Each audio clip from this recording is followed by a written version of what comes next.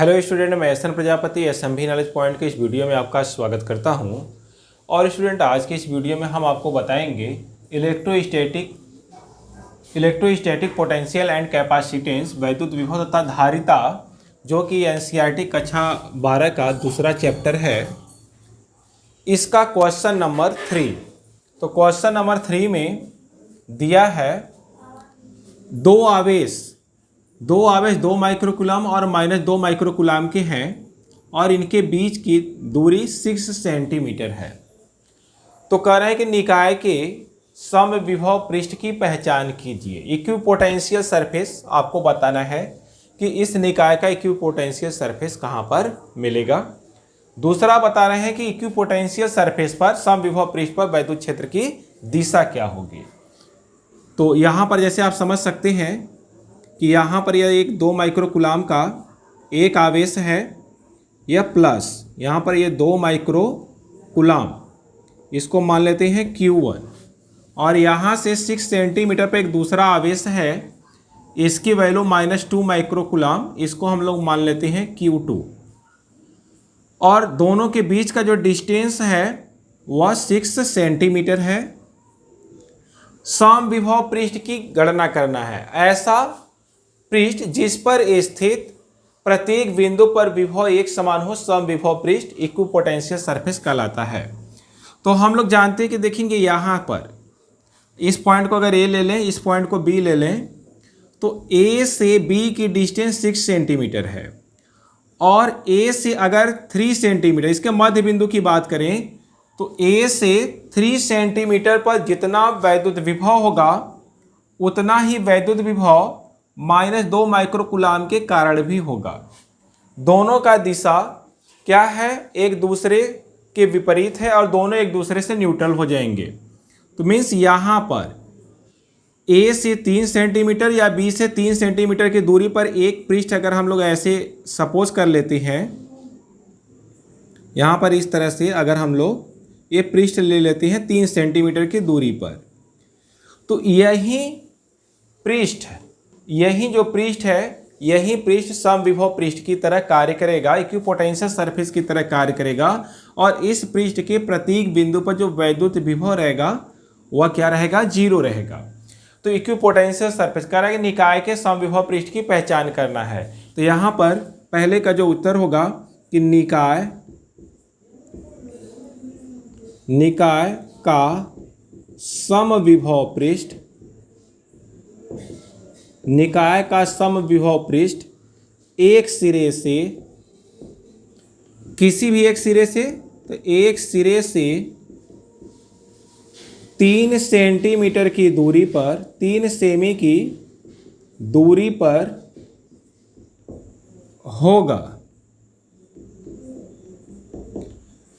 जिसके प्रत्येक बिंदु पर वैद्युत विभव, जिसके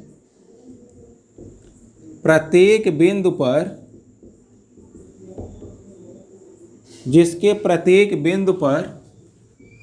वैद्युत विभव 0 होगा।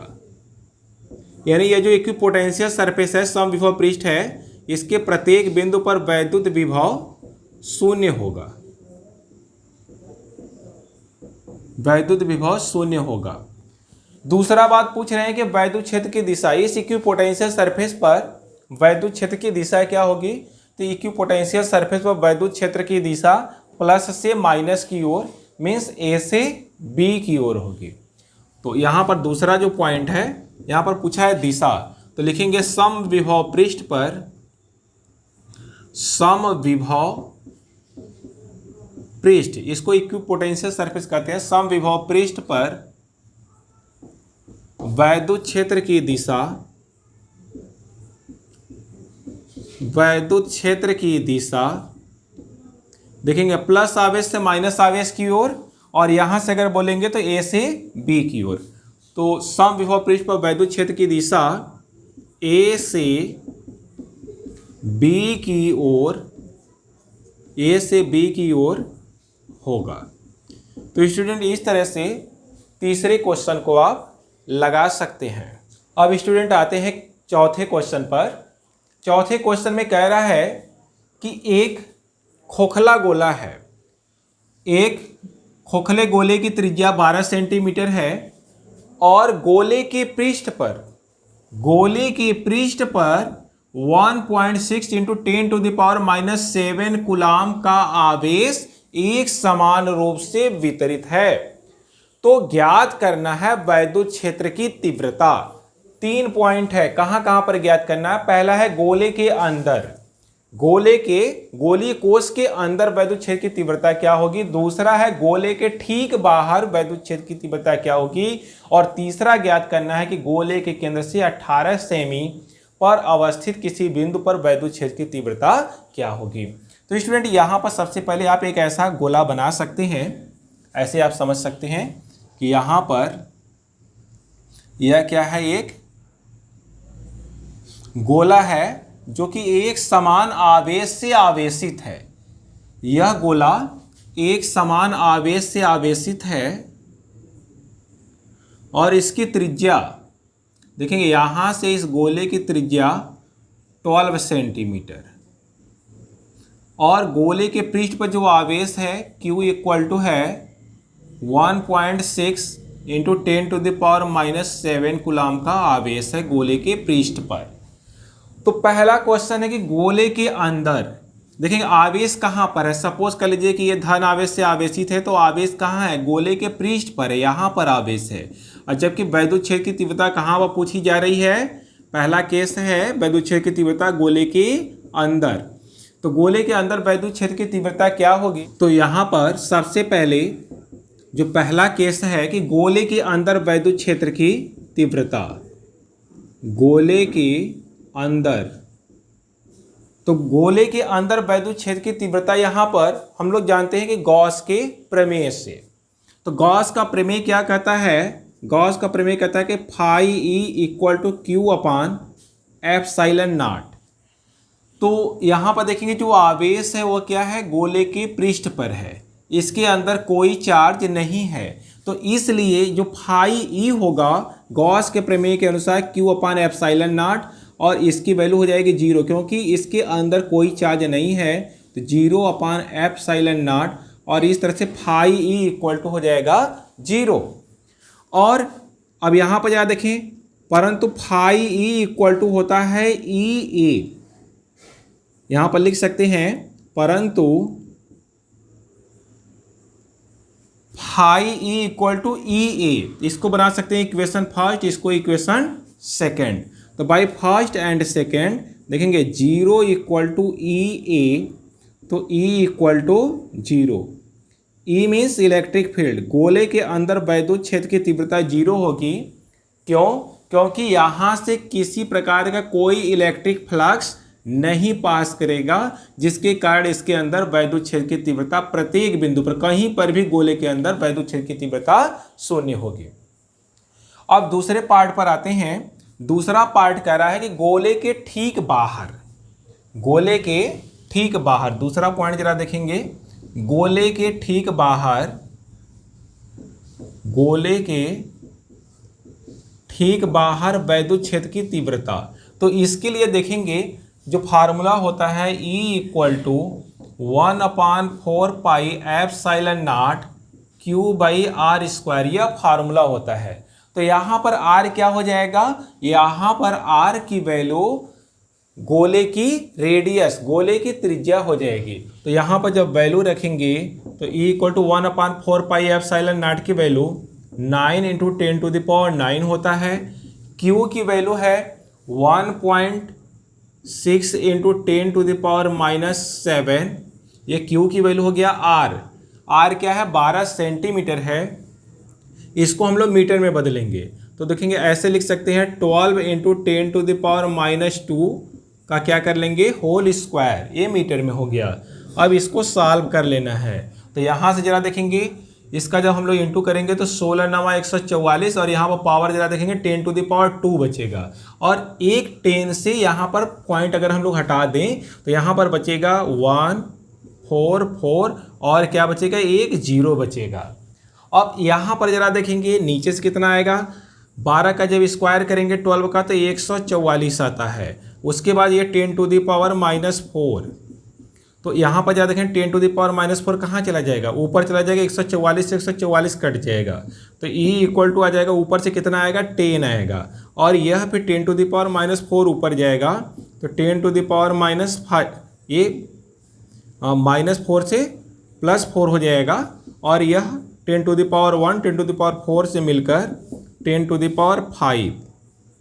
तो इस तरह से यह आ जाएगा E equal to 10 to the power 5। यहाँ पर जरा देखेंगे इस तरह से आ जाएगा, E की वैल्यू 10 टू द पावर 5। अब उसके बाद आते हैं तीसरे पार्ट पर। तीसरे पार्ट में कह रहा है कि गोले के केंद्र से 18 सेंटीमीटर पर अवस्थित किसी बिंदु पर वैद्युत क्षेत्र, गोले के केंद्र से, अब देखेंगे गोले के केंद्र, जिससे गोला यहाँ पर है तो इसके केंद्र से यहाँ पर 18 सेंटीमीटर की दूरी पर किसी बिंदु P पर, मान लिया यहाँ पर कोई बिंदु P है, तो यहाँ से अब डिस्टेंस कितनी हो जा रही है 18 सेंटीमीटर। तो इसी फार्मूले का हम लोग उपयोग करेंगे, लेकिन यहाँ पर R की जगह जो 12 रखा गया था, अब कितना रखा जाएगा 18 रखा जाएगा। तो यहाँ पर जरा देखेंगे तीसरा केस यहाँ जरा देख लें। तीसरे केस के लिए यहाँ पर देखेंगे R इक्वल टू कितना हो जाएगा 18 सेंटीमीटर, तो 18 को जब हम लोग मीटर में बदलेंगे तो 18 into 10 to the power -2 metre हो गया, और यहाँ पर फार्मूला लगाएंगे E equal to 1/4 pi epsilon naught और Q/r², फार्मूला वहीं लगेगा, बट जब वैल्यू रखेंगे R की तो यहाँ पर 18 इंटू 10 टू द पावर -2 हो जाएगा। देयरफॉर E इक्वल टू हो जाएगा 1/4 पाई एप्सिलॉन नॉट की वैल्यू होती है 9 इंटू 10 टू द पावर 9, और Q की वैल्यू यहाँ पर दिया हुआ है 1.6 into 10 to the power -7 upon, यहाँ पर जरा देखें, अब R की वैल्यू रखेंगे तो 18 इंटू 10 टू द पावर -2 का whole square. E equal to यहाँ पर इसको लिख सकते हैं 9 इंटू, यहाँ पर जरा देखेंगे, फिर वहीं 16 9 144 10 टू द पावर यहाँ पर 7 इससे कट जाएगा तो आएगा 10 टू द पावर 2, तो यहाँ पर आएगा एक्चुअली क्या 144, और यहाँ पर 1 0 और आ जाएगा। अब नीचे से कितना आएगा, यहाँ से देखिए इसको लिख सकते हैं 18 इंटू 18 और इंटू 10 टू द पावर -4, ऐसे लिख सकते हैं। 10 टू द पावर 4 को हम लोग ऊपर ले जा सकते हैं, और यहाँ पर जा देखें 18 18 144 होता है, तो यह 8 बार में कटेगा, यहाँ पर आएगा 80 और अपान यहाँ पर आएगा 18, और उसके बाद यहाँ पर कितना है, ये ऊपर जाएगा 10 टू द पावर -4 से क्या हो जाएगा 4। अब 80 में 18 से डिवाइड करेंगे तो 18 चौक 72, 4 बार जाएगा, फिर कितना आएगा 8 बचेगा, फिर पॉइंट लगाकर फिर 18 चौक 72, फिर इसी तरह से 4.44 इस तरह से आता जाएगा इंटू 10 टू द पावर 4। यह आ जाएगा गोले के बाहर किसी बिंदु पर जिसकी डिस्टेंस गोले के केंद्र से 18 सेंटीमीटर है, वहाँ पर वैद्युत क्षेत्र की तीव्रता आ जाएगी E equal to 4.4 into 10 to the power 4।